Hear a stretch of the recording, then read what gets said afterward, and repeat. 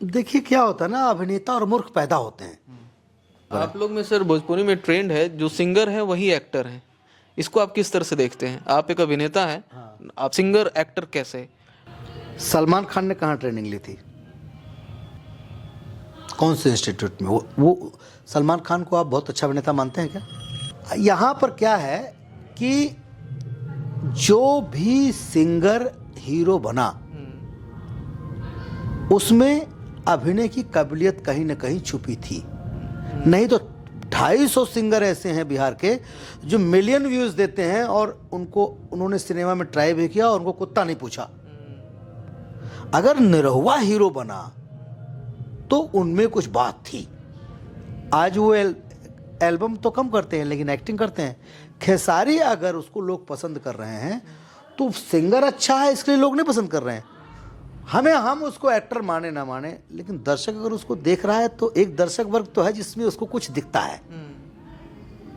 तो अगर वो दिखता है तो अपनी काबिलियत के बल पे दिखता है। उसको 4 लोग गाली देते हैं तो 40 लोग उसको देखने वाले भी हैं, और 4 लोग जो गाली देते हैं उससे कुछ फर्क पड़ता नहीं है। पवन सिंह को 400 लोग गाली देते हैं तो 4 लाख लोग देख रहे हैं। जब देख रहे हैं तो चल रहा है। लेकिन मैं और सिंगर बताइए जो रोज स्टेज शो करते हैं, रोज एल्बम निकालते हैं, 20 फिल्म की है, उनका नाम तक कोई नहीं जानता। देखो मैं जितने हमारे 10-5 डायरेक्टर हैं सबके साथ तो मेरा अच्छा व्यवहार ही है। चाहे मंजू ठाकुर हों, चाहे वो प्रवीण गुदरी हों, चाहे वो प्रमोद शास्त्री हों, चाहे वो धीरू यादव हों, चाहे संजय श्रीवास्तव हों, इन लोगों के साथ तो मुझे एंजॉय कर रहा हूँ। देव पांडे हैं, इन लोगों के साथ एंजॉय कर रहा हूँ, करते रहता हूँ इन लोगों के साथ। हाँ, एक्टर कौन अच्छा लगता है भोजपुरी में कि ये एक्टर में मुझे दिखता है कि आपके सामने जब भी हो तो इसके साथ काम करके बहुत मजा आया? मुझे संजय पांडे अच्छा लगता है, मुझे अवधेश मिश्रा अच्छे लगते हैं, सुशील सिंह अच्छे लगते हैं, देव सिंह अच्छा लगता है। ईश्वर के रंगों ने चित्रकार बनाया, ईश्वर के रंगों ने चित्रकार बनाया, बड़े खुश नसीब होते हैं वो लोग जिन्हें ईश्वर ने कलाकार बनाया। आज हमारे साथ एक बेहतरीन कलाकार मौजूद हैं जिन्हें आप बखूबी जानते हैं। इनका नाम है मनोज सिंह टाइगर और उर्फ बतासा चाचा। भोजपुरी में इन्होंने एक किरदार किया था जो काफ़ी फेमस रहा, उन्हीं के नाम से लोग आज इन्हें जानते हैं। चीज़ों पे आज बातचीत होगी। सबसे पहले स्वागत किया जाए।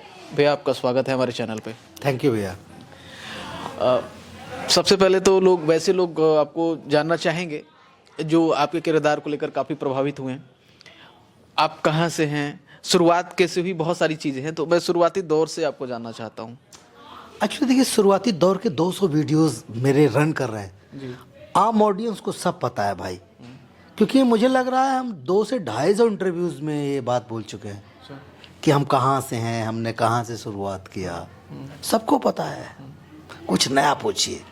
हाँ चलिए, अभिनय में जो रुचि रखते हैं, हाँ, तो अभिनय की तैयारी जो होती है वो एक अभिनेता किस तरह से देखता है? आप जब आपने इतने सारे वीडियोस, इतनी सारी फिल्में की हैं जी, उस एक्सपीरियंस को आप बयां कीजिए। अभिनेता अपने आप को तैयार कैसे करे? देखिए क्या होता है ना, अभिनेता और मूर्ख पैदा होते हैं, कलाकार और मूर्ख पैदा होते हैं। जहाँ तक तैयारी की बात है, तैयारी तो हर चीज़ की होती है, पर एक जो मैं अब यहाँ बात अभिनेता की हो रही है तो मैं सिर्फ अभिनेता के बारे में बोलूँगा कि एक अभिनेता जन्म के कुछ ही दिन बाद उसके रूप रंग दिखने लगते हैं कि ये है कलाकार, ये कुछ करेगा। वो एक्टिविटीज़ अगल बगल ही ढूंढने लगता है, गांव में, प्रहसन में, स्कूल में, रामलीला में, नाटक में, नौटंकी में। देखने का उसका जो है ज़्यादा उत्साह उधर ही रहता है कि वो जहाँ नाटक हो रहा है वहीं भाग रहा है। तो जिसकी रुचि, जिसका प्रारब्ध होता है ना अभिनेता वाला, तो वो उन्हीं सब चीज़ों को देख के अट्रैक्ट होता है और वहीं पता लगने लगता है। पूत के पाँव पालने में नहीं होता, तो वहीं पता चलने लगता है कि भाई ये जो है ये कलाकार है। और फिर अगर उसको रंग मिल गया, थोड़ा सा घर वालों से रजामंदी मिल गई, तो शुरू कर देता है नाटक, नौटंकी, नाचना, गाना। और फिर वहीं धीरे धीरे उसे, अब तो बहुत सा पहले थिएटर हुआ करता था, अब तो एक्टिंग स्कूल वगैरह सब कुछ है। पर मैं जब अपना अनुभव की बात करूंगा तो मैंने तो अपनी ज़िंदगी में जो कुछ सीखा है रंगमंच से सीखा है। खूब रंगमंच किया, और एक अभिनेता को खूब रंगमंच करना चाहिए। तो हमारी तैयारियां जो हुई हैं सब रंगमंच से हुई हैं। सबसे पहला जो स्टेज आपने किया वो कैसे मिला आपको, कैसे शुरुआत हुई, उसकी चर्चा थोड़ी की जाए। पहला स्टेज तो रामलीला किया था गाँव में। गाँव में? हाँ, सालों किया। मुझे लगता है 10 साल 12 साल का रहा हूँगा तब से रामलीला करता रहा, और 20-22 साल 23 साल 24 साल तक उम्र तक तो गांव में रामलीला ही करता रहा। फिर इलाहाबाद विश्वविद्यालय में गया तो वहाँ पर कुछ थोड़ा बहुत नाटक वाटक करने का मौका मिला। फिर नाटक को जब गंभीरता से समझा तो मुझे लगा इसे बड़े ग्रुप में बड़े लोगों के साथ करना चाहिए। तो उसके लिए इधर उधर यूपी में तो उतना मैं किसी ग्रुप से नहीं जुड़ पाया, लेकिन मुंबई निकल गया ग्रेजुएशन के बाद। तो वहाँ जा कर के मैं पृथ्वी थिएटर में लोगों के संपर्क में आया। वहाँ बहुत लोग टकराए, पंडित सत्यदेव दुबे जी मिले, मकरंद देश पांडे जी मिले, बहुत बड़े नाम है थिएटर के। हाँ। तो इन लोगों के संपर्क में आकर के मैंने बहुत कुछ सीखा। फिल्मों की जो जर्नी रही, नाटक का दायरा अलग है, फिल्मों के दायरा अलग है, तो फिल्में किस तरह आपको मिली, कैसे आपका एंट्रेंस हुआ? देखिए मुंबई गया था तो सिनेमा ही करने गया था, लेकिन वहाँ जाने के बाद ये पता चला कि सिनेमा की राह इतनी आसान नहीं है। अगर आपको अच्छा रोल चाहिए तो आपकी अच्छी तैयारी होनी चाहिए। फिर उसमें वहाँ जाके पता चला कि टेक्निकल क्या क्या चीज़ें होती हैं, एजुकेशन भी क्या मायने रखता है। तो सिनेमा के लिए रंगमंच करना पड़ा। रंगमंच इसलिए करना पड़ा कि मैं अब परिपक्व था अभिनय में, और सिनेमा की अपनी एक अलग जर्नी है, एक अलग उसका अलग यात्रा है उसकी। आप जाइए, मिलिए, वहाँ भी आप किस ए ग्रेड की फिल्म कर रहे हैं कि बी ग्रेड की फिल्म कर रहे हैं कि सी ग्रेड की फिल्म कर रहे हैं, ये भी मायने रखता है। बी सी ग्रेड की फिल्म करके कुछ आपका होने वाला नहीं है। टेलीविज़न में बिल्कुल हमारे ज़माने में जब हम लोग गए थे 90 के दौर में, मतलब 96-97 की बात बता रहा हूँ, तो टेलीविज़न अपने चरमोत्कर्ष पर था। अब उसमें भी अगर आप 1 डे 2 डे कर रहे हैं, कैमियो कर रहे हैं, तो उससे भी बहुत ज़्यादा बेनिफिट नहीं होने वाला है, पैसे भी बहुत अच्छे नहीं मिलने वाले हैं। अच्छे रोल्स के लिए ऑडिशंस होते थे। अब उसमें आपका पर्सनालिटी टेलीविज़न के लिए ही फिट होना चाहिए। टेलीविज़न के दौर में आपको हैंडसम होना है, लंबा होना है, चौड़ा होना है, अभिनय थोड़ा कम भी आए तो चलेगा। तो उस दौर में मैं बहुत जगह फिट नहीं था, अनफिट था। छोटे मोटे रोल सीरियल्स में बहुत सारे किए, लेकिन वो उससे ना मैं रिकॉग्नाइज हुआ, ना मुझे किसी ने पहचाना, ना नोटिस हुआ, ना किसी डायरेक्टर ने मेरे अभिनय में कोई ऐसी बात भी नहीं थी कि अरे तो फाड़ू लड़का है, ले लो इसको आगे बड़ा रोल दे दो। नहीं, अब परिपक्वता थी बात करने में। छोटे जगह से गया था, एटिकेट भी पता नहीं था, उठने बैठने बोलने का तौर तरीका भी नहीं पता था, इंग्लिश भी नहीं आती थी।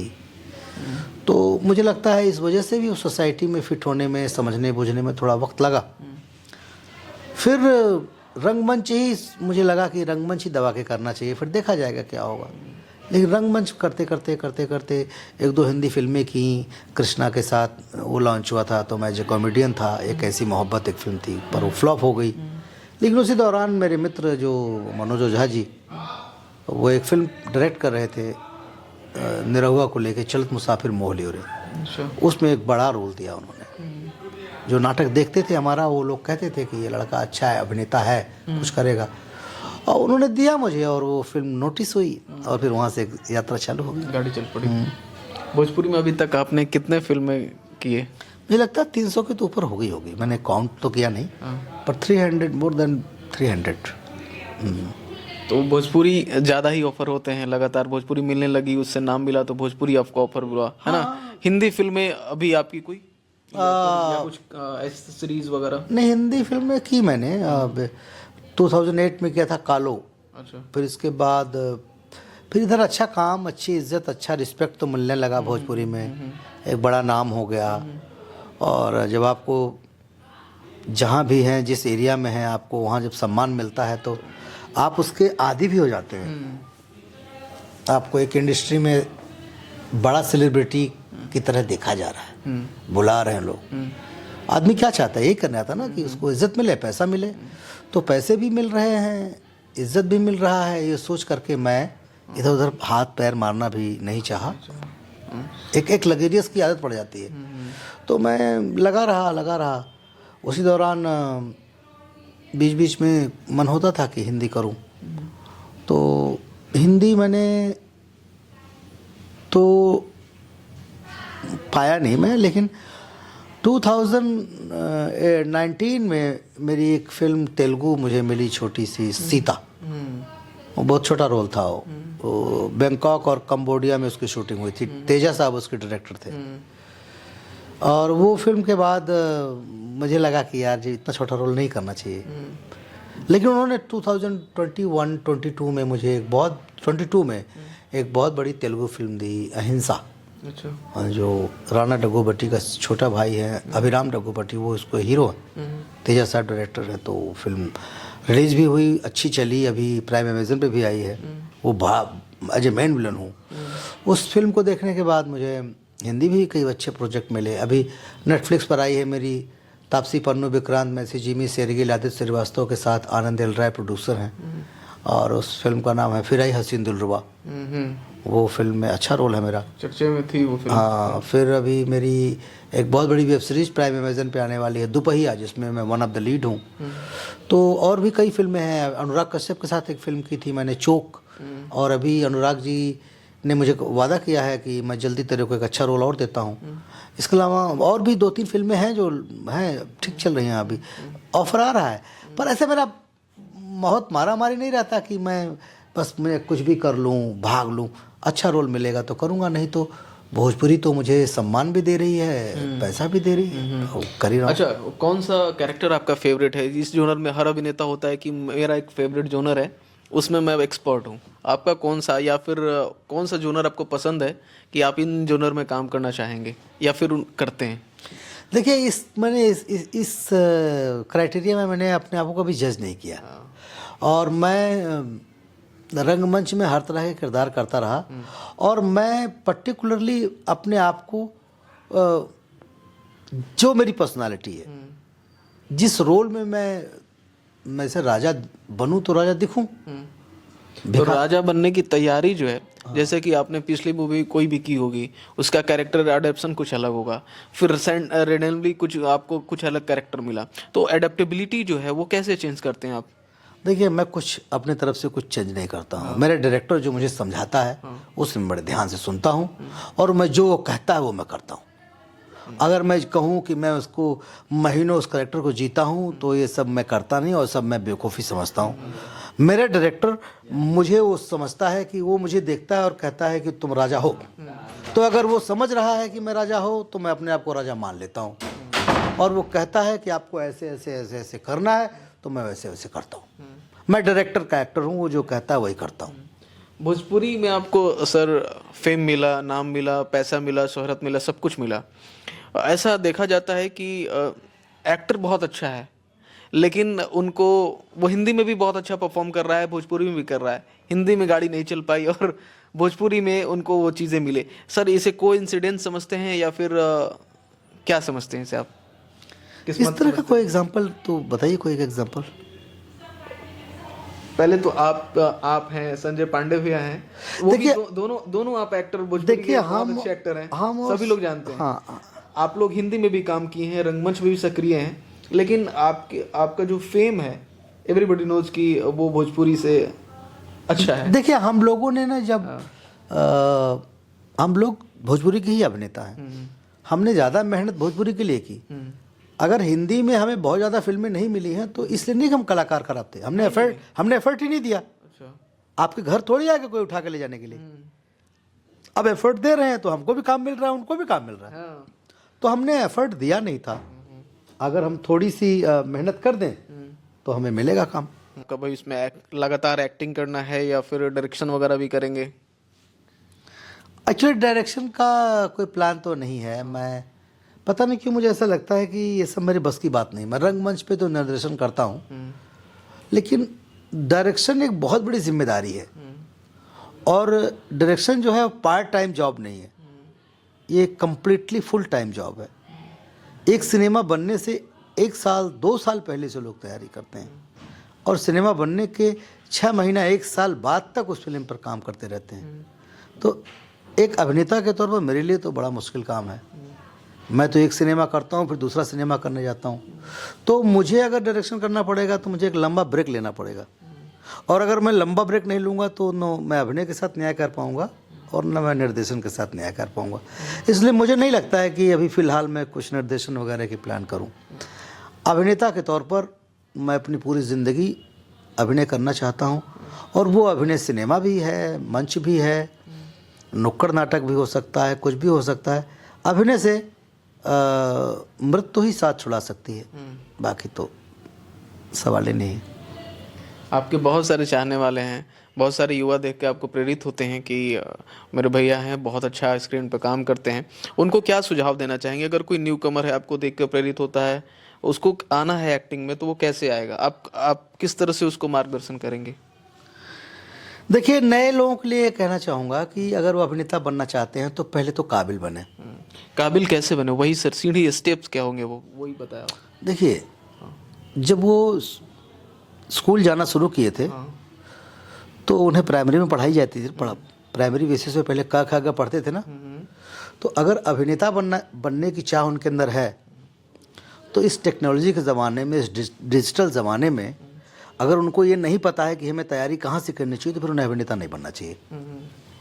फिर इसका मतलब है ग्लैमराइज होकर के, ग्लैमर से प्रभावित होकर, चार लोगों को देख करके कि वो हीरो बन गया, ये हीरो हम भी। और 90% ऐसे ही घूम रहे हैं सब। किसी की जुल्फ़ें अच्छी हैं, किसी की हाइट अच्छी है, किसी की पर्सनालिटी अच्छी है, किसी के पास घर में पैसा है, तो बस वो समझ लिए कि मैं बन गया हीरो। तो घर बैठ जाए, अपना कुछ और काम करें। आप लोग में सर भोजपुरी में ट्रेंड है, जो सिंगर है वही एक्टर है।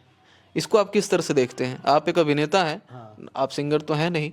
रंगमंच की एक विधा है जिसमें कि आपको बहुत सारी चीज़ें सिखाई जाती हैं, तो आप करते हैं। लेकिन भोजपुरी इंडस्ट्री में अनट्रेंड प्रोफेशनल, अनप्रोफेशनल लोग जो है वो ज़्यादा हैं। इसे आप किस तरह से देखते हैं? सिंगर एक्टर कैसे? देखिए सर, ऐसा है, सलमान खान ने कहाँ ट्रेनिंग ली थी? कौन से इंस्टीट्यूट में? वो सलमान खान को आप बहुत अच्छा अभिनेता मानते हैं क्या? देखिए सर, माने आप मानते हैं उनको अच्छा अभिनेता? पहले बताइए। मैं तो नहीं मानता। तो स्टार और एक्टर दोनों अलग होता है। सिंगर की जहाँ तक बात है तो सिर्फ भोजपुरी के सिंगर ही स्टार नहीं होते हैं, पंजाब में नहीं होते हैं। पंजाब में है सर, लेकिन भोजपुरी में ज़्यादा देखने को कर रहे हैं। भोजपुरी से ज़्यादा भोजपुरी में तो 3 स्टार के ऊपर कोई हो ही नहीं पाया सिंगर। आप पंजाब में देखिए 20 स्टार हैं। आज से नहीं, जो मान आया था, क्या नाम था उनका? अरे नाम भूल गया उनका। सिंगर और एक्टर तो बहुत सारे हैं सब उनके 20 आज नहीं, 20 साल से, 25 साल से चल रहा है सिलसिला। यहाँ पर क्या है कि जो भी सिंगर हीरो बना उसमें अभिनय की काबिलियत कहीं ना कहीं छुपी थी। नहीं तो 250 सिंगर ऐसे हैं बिहार के जो मिलियन व्यूज देते हैं और उन्होंने सिनेमा में ट्राई भी किया और उनको कुत्ता नहीं पूछा। अगर निरहुआ हीरो बना तो उनमें कुछ बात थी। आज वो एल्बम तो कम करते हैं लेकिन एक्टिंग करते हैं। खेसारी अगर उसको लोग पसंद कर रहे हैं तो सिंगर अच्छा है इसके लिए लोग नहीं पसंद कर रहे हैं। हम उसको एक्टर माने ना माने, लेकिन दर्शक अगर उसको देख रहा है तो एक दर्शक वर्ग तो है जिसमें उसको कुछ दिखता है। तो अगर वो दिखता है तो अपनी काबिलियत के बल पे दिखता है। उसको 4 लोग गाली देते हैं तो 40 लोग उसको देखने वाले भी हैं, और 4 लोग जो गाली देते हैं उससे कुछ फर्क पड़ता नहीं है। पवन सिंह को 400 लोग गाली देते हैं तो 4 लाख लोग देख रहे हैं। जब देख रहे हैं तो चल रहा है। लेकिन मैं और सिंगर बताइए जो रोज स्टेज शो करते हैं, रोज एल्बम निकालते हैं, 20 फिल्म की है, उनका नाम तक कोई नहीं जानता। तो ऐसी कोई मान्यता नहीं है। मैं ये बात मानता हूँ कि आपके अंदर कोई एक ऐसी बात होती है जिसकी वजह से लोग आपको देखना शुरू कर देते हैं, आपको लाइक करना शुरू कर देते हैं, आपको पसंद करना शुरू कर देते हैं। तो वो बात होती है, और वो बात हो सकता है आपको ना दिखे पर उनके फैंस में उनको दिखती है। तो यही वजह होती है कि रही बात सिंगर की, उनको नोटिस लोग इसलिए जल्दी कर देते हैं कि वो ऑलरेडी पहले से हिट होते हैं, दर्शकों में उनकी पकड़ पहले से होती है। तो अब एक सिंगर हिट हो गया है तो ऑडियंस को जैसे उसकी सिनेमा आएगा तो लोग ये कहना शुरू कर देते हैं, अरे ये तो खेसारी का गाना है, तो फलाने का गाना है। अब जब उसका सिनेमा देखेंगे तो सिनेमा देखने के बाद ज़रा जल्दी से नोटिस करना शुरू कर देते हैं, अच्छा चलिए उनका हमारे पसंदीदा का सिनेमा है उसको देखते हैं। ये कहानी होती है। क्योंकि ये सवाल अक्सर आप सुनते होंगे कि सिंगर हैं, एक्टर हैं। सर, अभी आपकी जर्नी इतनी रही है, रंगमंच को लेकर जो आपका जो लगाव रहता है सर, उसमें आप देखते हैं कि लगातार आप परफॉर्मेंस करते रहते हैं, तो सिनेमा अगर ऐसी सिचुएशन ऐसा रहा कि सिनेमा भी है रंगमंच भी है, दोनों में से चूज करना रहा कि आप एक को चूज करें, किसे चूज करेंगे आप? देखिए ऐसा है ना कि दोनों अपनी जगह महत्वपूर्ण है। सिनेमा मुझे पैसा देता है, सिनेमा से मेरा परिवार चलता है। थिएटर से मुझे पैसा नहीं मिलता है। थिएटर ने मुझे सिनेमा लायक बनाया है। मैं आज सिनेमा लायक हूँ तो थिएटर ने मुझे बनाया है। मैं दोनों में सामंजस्य बिठाता हूँ। अगर मैंने सिनेमा को पहले डेट दिया है और उस बीच में थिएटर आता है तो मैं थिएटर छोड़ूंगा। मैंने उसको डेट दिया, पहले सिनेमा करूँगा। भोजपुरी में बहुत सारे डायरेक्टर के साथ आपने काम किया, बहुत सारे एक्टर्स के साथ काम किया। फेवरेट डायरेक्टर कौन रहे जिनके साथ काम करने में बहुत मज़ा आता है और लगातार आप चाहते हैं कि नहीं इनके साथ मूवी ज़्यादा करूँ मैं? देखिए मैं शुरू से लेके एंड तक मेरा हर निर्देशक जो है, मैंने कभी किसी डायरेक्टर को जज नहीं किया। सबकी अपनी एक स्पेशलिटी है, सबका अपने काम करने का तरीका है। कुछ एक डायरेक्टर ऐसे रहे हैं जिनको काम नहीं आता था, वो आज का ही नहीं है, तो उनका जिक्र करके कोई फ़ायदा नहीं। लेकिन जो कंटिन्यू काम कर रहे हैं उनमें अपना एक कुछ तो बात होती है। और मैं एज एन एक्टर किसी डायरेक्टर को जज करने की पोजीशन में होता नहीं, सच्चाई यही है। हाँ, पर्सनली किसी से बहुत अच्छा रिलेशन हो जाता है, जिससे मेरा सेट पे बहुत मौज मस्ती करता हूँ, एंजॉय करता हूँ। वो अलग कुछ डायरेक्टर हैं जिनके साथ व्यवहार के नाते काम करने में, लेकिन ये डायरेक्टर बहुत क्वालिटी वाला है, ये बहुत, इसके लिए मैं तो अगर डायरेक्टर है काम कर रहा है तो सब कोई लव स्टोरी अच्छा बनाता है, कोई एक्शन अच्छा बनाता है। वही पूछ रहा हूँ, उनके नाम कुछ बताएंगे जो उनके साथ काम करके वही जो व्यवहारिक आपको अच्छा लगता है, वो कौन है वो? देखो मैं जितने हमारे 10-5 डायरेक्टर हैं सबके साथ तो मेरा अच्छा व्यवहार ही है। चाहे मंजू ठाकुर हों, चाहे वो प्रवीण गुदरी हों, चाहे वो प्रमोद शास्त्री हों, चाहे वो धीरू यादव हों, चाहे संजय श्रीवास्तव हों, इन लोगों के साथ तो मुझे एंजॉय कर रहा हूँ। देव पांडे हैं, इन लोगों के साथ एंजॉय कर रहा हूँ, करते रहता हूँ इन लोगों के साथ। हाँ, एक्टर कौन अच्छा लगता है भोजपुरी में कि ये एक्टर में मुझे दिखता है कि आपके सामने जब भी हो तो इसके साथ काम करके बहुत मज़ा आया? मुझे संजय पांडे अच्छा लगता है, मुझे अवधेश मिश्रा अच्छे लगते हैं, सुशील सिंह अच्छे लगते हैं, देव सिंह अच्छा लगता है। मैक्सिमम लोग इसमें थिएटर से जुड़ाव रखने वाले लोग हैं? नहीं, सब थिएटर से नहीं है। सुशील जी ने नहीं किया थिएटर, अब कर रहे हैं, 1-2 प्ले कर रहे हैं। किरण यादव बहुत अच्छी एक्ट्रेस लगती है मुझे। फेवरेट सिंगर कौन लगता है आपको भोजपुरी में? मुझे सिंगर की बात करेंगे तो मुझे तो पसंद है, पवन सिंह बहुत पसंद है। और वो आलोक कुमार बहुत पसंद है। आलोक लड़का है, वो बहुत अच्छा गाता है। मोहन राठौर बहुत अच्छा गाता है। इसके अलावा कल्पना जी का बहुत बड़ा फ़ैन हूँ मैं मतलब बहुत बड़ा फ़ैन हूँ उनका। हाँ। पॉलिटिक्स में रुचि है? नहीं, कोई रुचि नहीं। आंसर सर बहुत डिप्लोमेट आपने दिया है, लेकिन क्यों डिप्लोमेट दिया? मैंने क्लियर जवाब दिया। मुझे राजनीति में कोई इंटरेस्ट नहीं। आपने बोला एक्टर कौन अच्छा है, मैंने बोला जो है मुझे एक्टर अच्छा लगता है, मुझे बता जिनको मैं आप बोलोगे हीरो कौन अच्छा लगता है तो मेरी पसंद नहीं है कोई। व्यवहार बोलेंगे कि आपको कौन बहुत ज़्यादा पसंद है, जिसमें हीरो भी हो और एक्टर भी, तो निरहुआ बहुत अच्छा एक्टर भी है और बहुत अच्छा स्टार भी है। जिसके अंदर जो क्वालिटी है मैं बोलता हूँ, और जो पसंद है वो बोलता हूँ। अब आप निर्देशक की बात करेंगे तो वो बहुत बहुत तुलनात्मक विषय है वो। उस पर हमारी इंडस्ट्री ही भोजपुरी अभी जो है स्ट्रगल कर रही है, संघर्ष कर रही है। अभी उस लेवल की फिल्में बनी ही नहीं, मैं उस लेवल का अभिनय किया ही नहीं। मैं अपने आप को एज एन एक्टर उस लेवल पे ले ही नहीं जा पाया कि जहाँ मैं किसी की तुलना कर सकूँ। मैंने ऐसा क्या कर दिया या मैंने कौन सा ऐसा अभिनय कर दिया कि किसी डायरेक्टर के बारे में बोलने लायक मैं हूँ ही नहीं बोलने लायक। सच तो यही है। एज एन एक्टर 300 फिल्म कर लेना बड़ी बात नहीं होती है, लेकिन मनोज टाइगर ने ऐसा कौन सा तोप मारा है किसी डायरेक्टर को जज करे। अच्छा, 1 महीने में अभी तक आपने सबसे ज़्यादा कितने फिल्में की हैं? मैं ऐसे कम करता हूँ। मेरी कोशिश रहती है कि मैं महीने में 20 दिन हो, 10 दिन मैं रंगमंच को दे पाऊँ। तो मैं बहुत भाग भोग में नहीं रहता। मैं तो पहले एक महीने में एक भी फिल्म पूरा नहीं कर पाता था। अभी भी एक ही होता है मेरे ख्याल से। एक महीने में एक, कभी कभी 2 हो जाती हैं, नहीं तो 1-2 से ऊपर नहीं करता मैं। ट्रैवलिंग पसंद है सर आपको?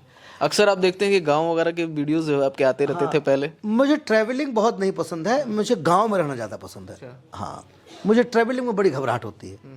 मुझे बहुत ज़्यादा घूम नहीं पाया। मैं कहीं बाहर जाता भी हूँ तो विदेशों में इतनी जगह गया, होटल और शूटिंग के अलावा कुछ घूमा ही नहीं।